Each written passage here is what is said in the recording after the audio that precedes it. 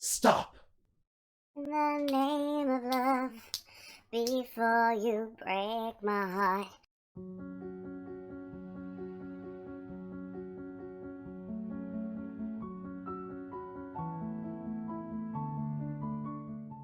Anyway, hello! Welcome to my channel. How are you doing on this fine day? I hope you're doing good. You're looking after yourselves. I really hope you are.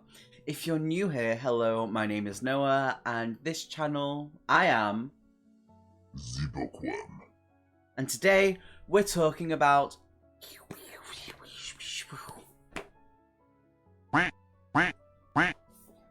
Lone Wolf Flight of the Dark by Joe Dever. This is book 1 of the Kai series. Now, this Kai series, let me tell you, right, this book, the first series is the Kai series, which is 5 books, right, which is what we're going through. We're about to go into book 3. Just need to do this very quickly. There's 4 other series from this that branch off from this. And in total, in this whole series, including these ones, there's 32 books. That's a lot of books.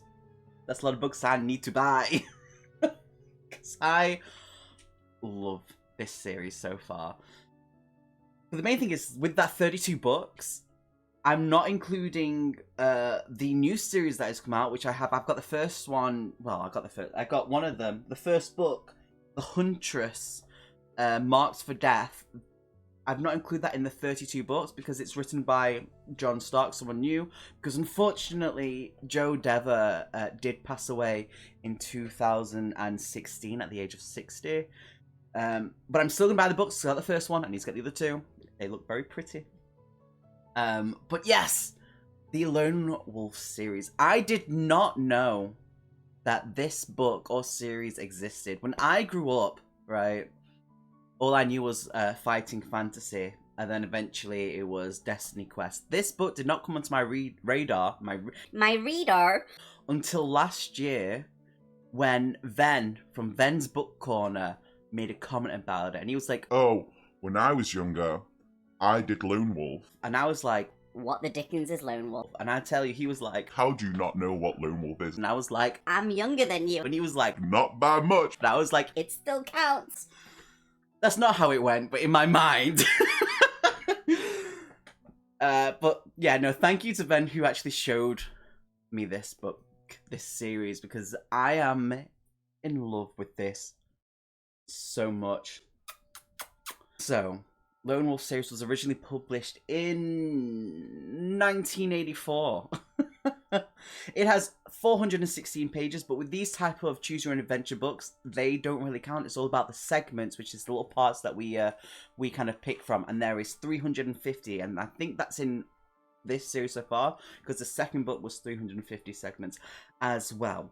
Let me read you the blurb of this one. You are the sole survivor of a devastating attack on the monastery of the Kai, who, for thousands of years, have protected the realm of Summerland from the Dark Lords. The servants of darkness hunt you across every turn of the page.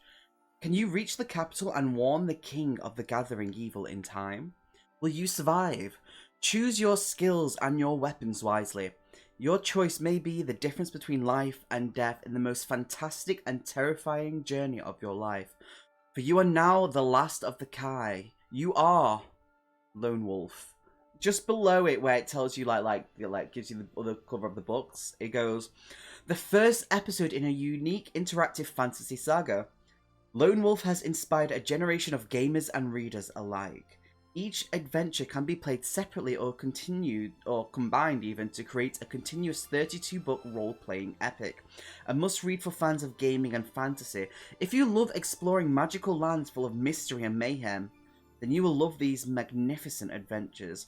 And we live streamed these books so far, like playing them. We've multi-streamed them on here and on Twitch, playing them, where everyone had to help me make choices, because every time I made a choice, we died. We had a death counter. We died in total between the two books. We died 2 times in this one and 2 times on the other one. One of the things that I love about this is the character creation. We have as you can see on the video of the live stream, we have character creation. Well, I rolled not great, because I have that, what do we call it? The Will Wheaton dice curse? I have that. I rolled for all that stuff. I got to pick the Kai disciplines, which are like our skills, which was lovely. I rolled for a weapon skill that I had for one of my disciplines, and it was like a staff. No, it was a spear. I had a stick. I didn't get the stick until the end of the book, and then and things happened. It was a whole experience. The reason I think why I love this book is because it has very much like a character creation sort of thing, kind of like a very easy and very simple version of D&D, but without having to roll extensively for every single skill for athletics, you know, sleight of hand, all that sort of stuff. We didn't actually have to like roll properly. If we did have to roll, we did it on a D10, or you can use the random number chart in the back of the book. But the main thing that I found baffling when I first went into this book, I was very confused because of the combat. The combat has a results table, and that's what we go off. And for when we were streaming it, no one could really see that I was looking at this. So as you can see on the character sheet, we have a combat skill and endurance points. Endurance points is basically our health. So if that goes to 0, we are dead, we are toast. Just leave us where we are, dead on the floor. We're gone. But then we have the combat skill, which, you know, obviously we roll to fight against the monsters, the enemies that are countless in this book. And then the thing is, when it goes to combat with the enemies, we compare our combat skill to their combat skill. And let's say I had 18, which I did, and they had 20. I would be at a -2 on the combat results table. And if I would roll a D10, and I rolled, let's say, a 3 at a -2, if you can see here, it says PC. That means we get damaged for 4, but they would also get damaged for 4 as well. And one time we rolled, we'd compare it to the table and see what kind of damage we were doing to each other. While considering with Fighting Fantasy, I would roll 2d6 for me and 2d6 for the enemy. See who rolled the highest, and they got hurt by 1 point. But it was very interesting. After doing like the first fight on it, it was kind of like, I see how simple it is, and I enjoyed it so much. The only thing that I really struggled with this is the made-up words, because obviously with fantasy there's going to be made-up words, and it's going to be like, how do you even like wrap my mouth or tongue around that? Take that as you will. But there's also the one word that kept making me laugh. And it was about this amazing weapon, this ultimate weapon that could, like, kill the Dark Lords. And it was the only thing that could do any sort of damage to them. And it was the Summer Sword. Summer Sword. Summer Sword! It was so silly. And you know what? I laughed because at the same time, you need to remember, this isn't for adults. This is, I would say this is for, like, teenagers, maybe young adults. I don't know. I think anyone at any age can enjoy this because there wasn't like foul language or anything like that, but it was so much fun. Replayability. Would I play this again? I bloody would. I enjoyed this so much, and there's still so many choices that I know I didn't get to take in this book. The fact that I can find things in this book that I can cross over to the next book as well.